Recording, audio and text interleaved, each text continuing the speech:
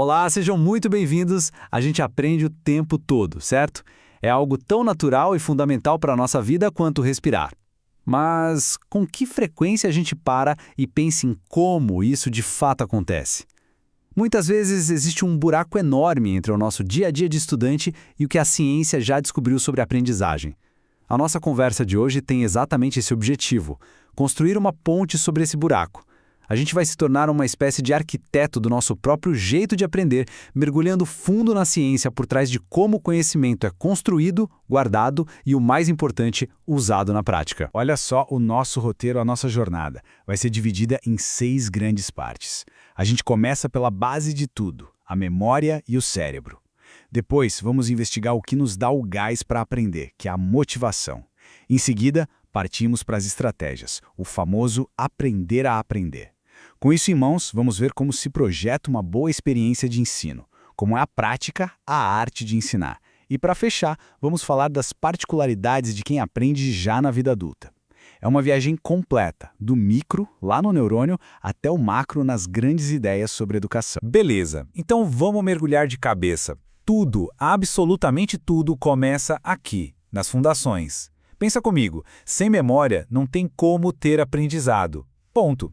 É o alicerce onde todo o conhecimento se apoia. Só que a memória está longe de ser um arquivo simples, um HD. Ela é um sistema super complexo, dinâmico e, vou te dizer, às vezes ela nos engana de um jeito surpreendente. Bora entender como funciona essa arquitetura? Essa situação, quem nunca passou por isso, né? Aquela sensação de que você está dominando o assunto, você passa o olho no texto e tudo parece familiar, fácil, aí chega na hora H, na prova, no momento que você precisa da informação, puf, some tudo. Dá aquele branco, aquele pânico. Sabe por que isso acontece? O nome disso é ilusão de conhecimento. E entender de onde vem essa ilusão é o primeiro e mais importante passo para a gente conseguir superar essa armadilha. Para a gente aprender qualquer coisa, a informação precisa fazer uma verdadeira viagem dentro da nossa cabeça. Tudo começa na memória sensorial, que é um filtro super rápido que pega os estímulos do ambiente. E aqui a atenção funciona como um porteiro, só deixa entrar aquilo em que a gente foca de verdade. O que passa por esse porteiro vai para a memória de trabalho. Pensa nela como uma pequena mesa de trabalho na sua mente. Ela é limitada, cabe pouca coisa. É ali que a gente manipula a informação conscientemente. Para essa informação não se perder, ela precisa ser codificada. Ou seja, ela tem que ser processada, conectada com coisas que a gente já sabe. Daí sim, ela é guardada na memória de longo prazo, que é o nosso arquivo gigante. E por fim, o passo mais importante, a recuperação, que é o ato de ir lá nesse arquivo e conseguir pegar a informação de volta. Então aquele branco na prova raramente é um problema de armazenamento. Na maioria das vezes, ou a codificação foi fraca, ou a gente está com dificuldade de achar o caminho de volta até a informação. Para visualizar melhor essa memória de longo prazo, a metáfora do armário mental que a designer instrucional Julie Dirksen usa é simplesmente perfeita. Imagina que a sua memória não é um depósito bagunçado, mas um armário super bem organizado. Cada informação nova não é simplesmente jogada lá dentro. Ela é colocada em prateleiras, conectada a outras informações por meio de associações, de contexto. Quanto mais conexões uma informação tem, mais etiquetas ela ganha, em mais prateleiras ela está, e aí fica muito mais fácil de encontrar depois. Faz sentido?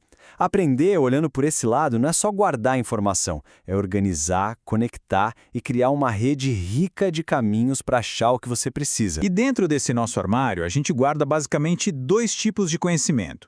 De um lado tem a memória declarativa, que é o saber o quê. São os fatos, os conceitos, aquilo que você consegue explicar, declarar, tipo as regras do futebol ou a capital da França. Você aprende isso estudando, lendo, assistindo a uma aula. Do outro lado tem a memória procedimental, que é o saber como, é a habilidade e o hábito. Andar de bicicleta, digitar rápido, chutar uma bola com efeito. Isso a gente não aprende lendo o manual. A gente aprende praticando, repetindo, até o negócio ficar automático, quase inconsciente. É por isso que um craque do futebol nem sempre é um bom técnico. Saber fazer uma coisa e saber explicar como se faz são conhecimentos guardados de formas bem diferentes no nosso cérebro. Então, para fechar essa primeira parte, a gente aprende quando consegue codificar uma informação na memória e, mais importante ainda, quando consegue recuperar essa informação depois. Esse processo todo acontece em estágios, e a atenção ao recurso mais precioso que a gente tem, porque é ela que decide o que entra. Nossa memória de longo prazo funciona como um armário organizado por conexões, guardando tantas coisas que a gente sabe quanto as que a gente sabe fazer.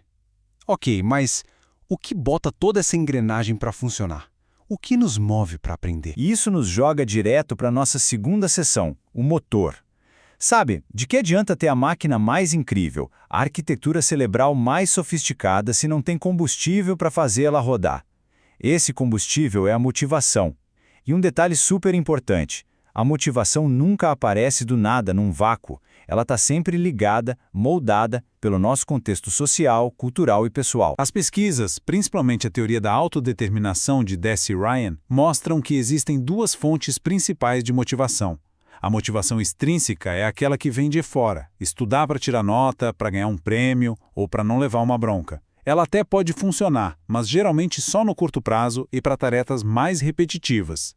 Já a motivação intrínseca, essa vem de dentro. É a vontade genuína de aprender por pura curiosidade, por um senso de propósito ou pelo simples prazer de ficar bom em alguma coisa. É esse tipo de motivação que alimenta o aprendizado de verdade. Aquele que é profundo, criativo e que fica com a gente para sempre. E essa busca por um motivo interno é ainda mais forte nos adultos. Essa frase do Edward Linneman, um dos pais da educação de adultos, foi escrita há quase 100 anos e olha só como ela continua atual. Um adulto não aprende de verdade só porque alguém mandou. Ele aprende porque se depara com um problema real na vida, uma necessidade no trabalho, um interesse pessoal, e ele vê o aprendizado como a ferramenta para resolver aquilo. A chance de aplicar o que se aprende imediatamente é um motor potentíssimo. Mas não é só a motivação individual que conta. Como a pesquisadora Sharon Marion sempre nos lembra, a gente sempre aprende dentro de um contexto. O contexto social importa. A gente aprende com os outros, influenciado pelas regras do grupo. A nossa experiência de vida é a base para tudo que a gente vai aprender de novo. O nosso momento de vida também é chave. A gente está mais pronto para aprender coisas que se conectam com os nossos desafios atuais. E, fundamentalmente, não dá para ignorar o contexto cultural e de poder. A educação nunca é neutra.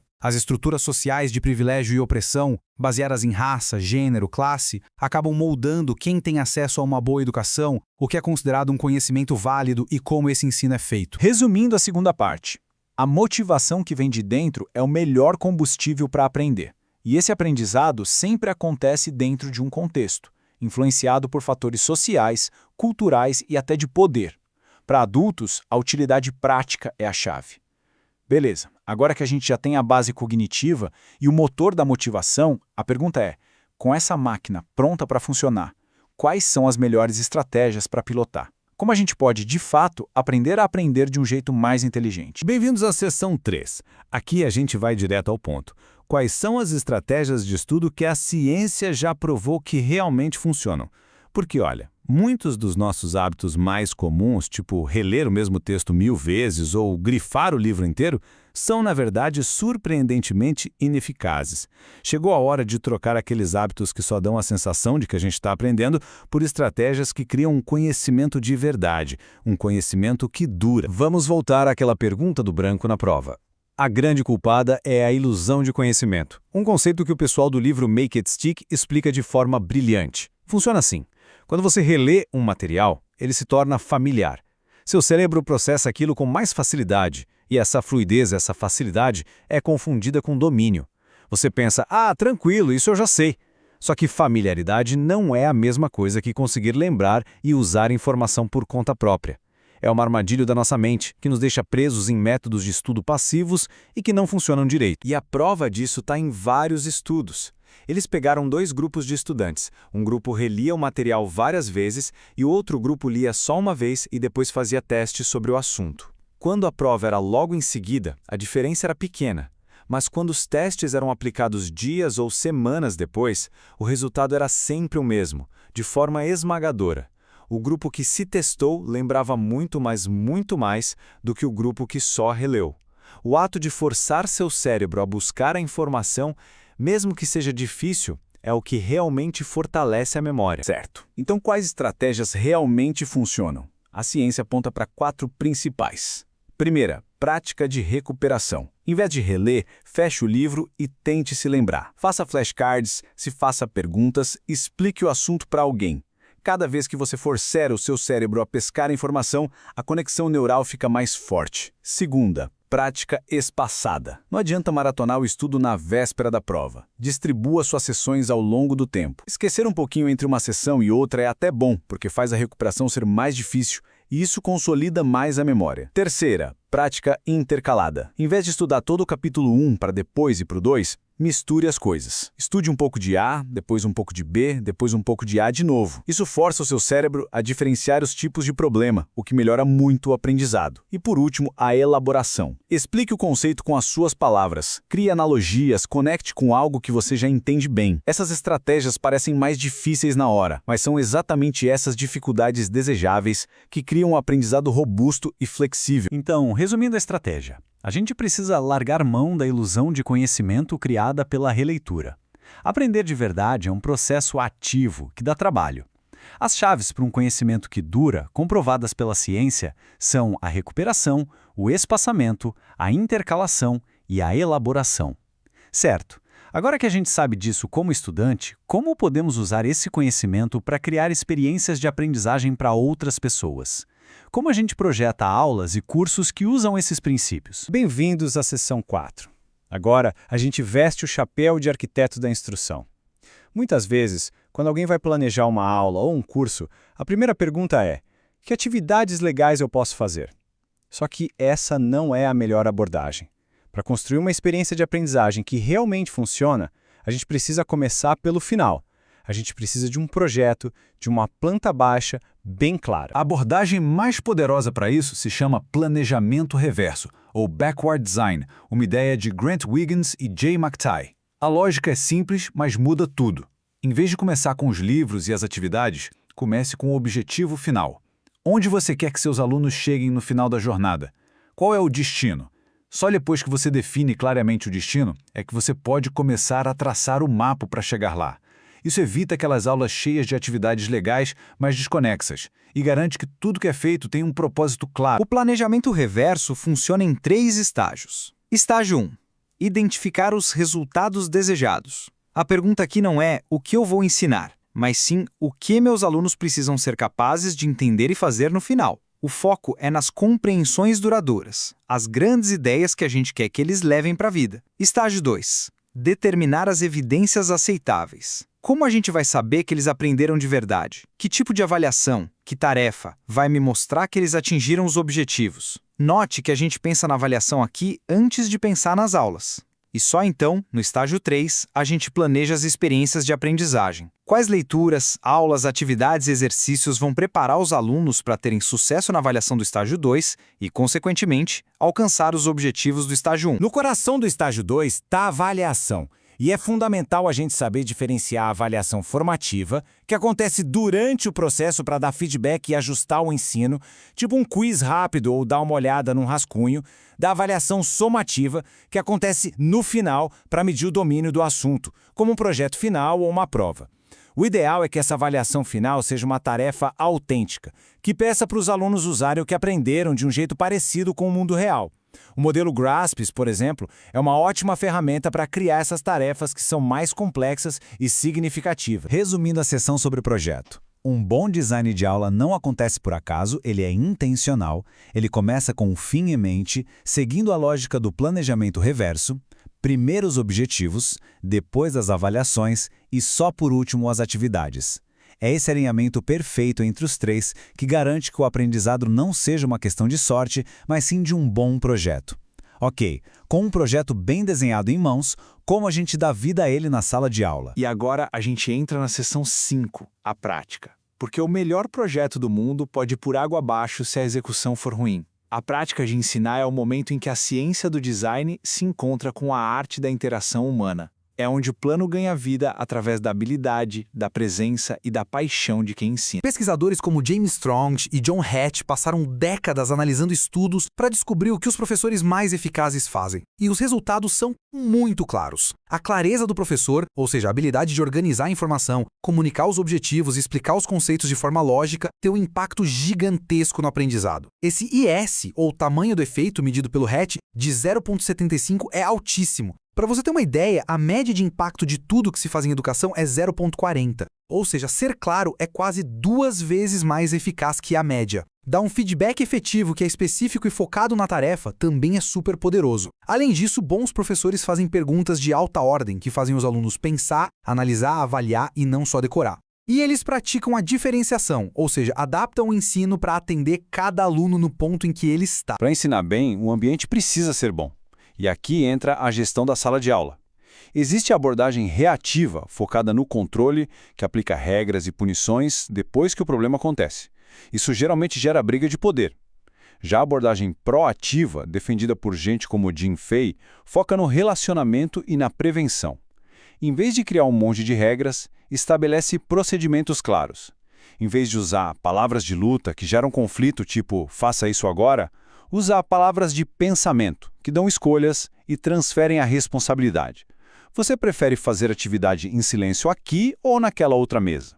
A autoridade não é imposta, ela é construída com base no respeito e na confiança. E aqui a gente chega no ponto central, no coração da coisa. Todas as técnicas e estratégias do mundo não são suficientes sem uma peça-chave. Como o educador Parker Palmer nos lembra, ensinar bem não é só uma questão de técnica. O bom ensino nasce de quem o professor é como pessoa. Vem da sua identidade, da sua integridade, da sua paixão pelo que ensina e do seu cuidado genuíno com os alunos. A técnica é o que e o como se ensina, mas a identidade é o quem ensina. E esse quem é talvez a variável mais importante de toda essa equação. Resumindo, a prática de ensinar é uma mistura sofisticada de ciência e arte. Envolve dominar um monte de técnicas que funcionam e saber criar um ambiente de respeito. Mas, no fundo, o bom ensino vem da identidade e da integridade de quem ensina. A coragem de ensinar, como diz o Palmer, é a coragem de ser você mesmo, autêntico, na frente dos alunos. Agora, vamos afunilar o nosso foco para um público muito específico nessa jornada, o aprendiz adulto. E chegamos à nossa última sessão, a maturidade. Aqui, a pergunta que não quer calar é: ensinar adultos é a mesma coisa que ensinar crianças? A resposta que vem na cabeça é: claro que não. Mas por quê? A ciência da educação nos dá 2 conceitos para a gente explorar essa diferença. Pedagogia, que é o ensino de crianças, e andragogia, que é a arte e a ciência de ajudar os adultos a aprender. O termo andragogia foi popularizado por um cara chamado Malcolm Knowles, lá nos anos 70. Ele sacou que, à medida que a gente amadurece, a nossa relação com o aprendizado muda completamente. A andragogia não é o contrário da pedagogia, mas sim um modelo com um conjunto de ideias diferente que se encaixa melhor para entender e ajudar quem já é adulto e independente a aprender. Essa tabela resume as diferenças principais que o Kohn nos apontou. Olha só como o autoconceito do adulto muda de alguém dependente para alguém que se autodirige. A experiência de vida gigantesca do adulto deixa de ser um detalhe e vira o recurso mais rico para um novo aprendizado. A prontidão para aprender não é mais definida por um currículo, mas sim pelos problemas e papéis da vida real, no trabalho, na família. A orientação para aprender muda do foco na matéria para o foco em resolver problemas práticos. E como a gente já viu, a motivação se torna, na maior parte das vezes, interna. Cada um desses pontos muda completamente o jeito como a gente deve pensar e facilitar a educação de adultos. E a partir dessas ideias, surgem modelos ainda mais interessantes. O ciclo de aprendizagem experiencial de David Kolb, por exemplo, diz que o aprendizado adulto acontece num ciclo de 4 etapas. A gente tem uma experiência concreta, depois a gente para e reflete sobre ela, aí a gente conceitualiza essa reflexão, criando novas ideias, e, por fim, a gente testa essas ideias em novas situações, começando o ciclo de novo. Indo mais fundo ainda, o Jack Mezirow fala da aprendizagem transformadora. Ele diz que o aprendizado mais profundo da vida adulta acontece quando a gente passa por um dilema desorientador, uma experiência que chacoalha nossas crenças mais básicas e nos força a reexaminar e mudar radicalmente o nosso jeito de ver o mundo. Resumindo nossa última parte, a andragogia é o nosso guia para navegar na educação de adultos. Ela nos lembra que adultos são mais donos do próprio nariz, trazem uma bagagem de vida enorme e querem resolver problemas práticos. Isso muda completamente o papel de quem ensina, de um mero transmissor de conteúdo para um facilitador do processo de descoberta. E no seu nível mais profundo, a educação de adultos pode ser transformadora, mudando não só o que a gente sabe, mas quem a gente é. Ao final dessa nossa jornada pela arquitetura da aprendizagem, essa metáfora antiga que atribuem a Plutarco parece resumir tudo perfeitamente. Se tem uma ideia central que costura todas as partes que a gente explorou, é essa. Aprender não é um ato passivo de receber informação. Não é sobre encher um balde vazio.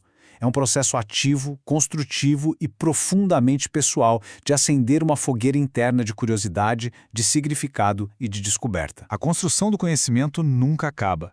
Para quem quiser ir mais fundo, essas leituras são a base de tudo que a gente conversou aqui e são fantásticas. E para colocar as ideias em prática, eu deixo 2 perguntas para você refletir. Pensa no seu próprio jeito de aprender. Qual ilusão de conhecimento mais te pega no dia a dia? E se você fosse ensinar algo que você domina muito, como você usaria os 3 estágios do planejamento reverso para montar essa experiência? E para fechar, uma última pergunta, que nos leva de volta àquela ideia do Parker Palmer. Se a gente concorda que ensinar é ajudar o outro a descobrir e que aprender também é uma jornada de autodescoberta, a questão final não é sobre técnica, é sobre identidade. O que você, seja como alguém que aprende ou como alguém que um dia vai ensinar, precisa descobrir sobre si mesmo, sobre suas paixões, seus medos, seu propósito, para conseguir construir a vida de aprendizado e de ensino que você realmente deseja ter. A resposta, assim como o próprio aprendizado, está dentro de cada um de nós. Muito obrigado pela companhia.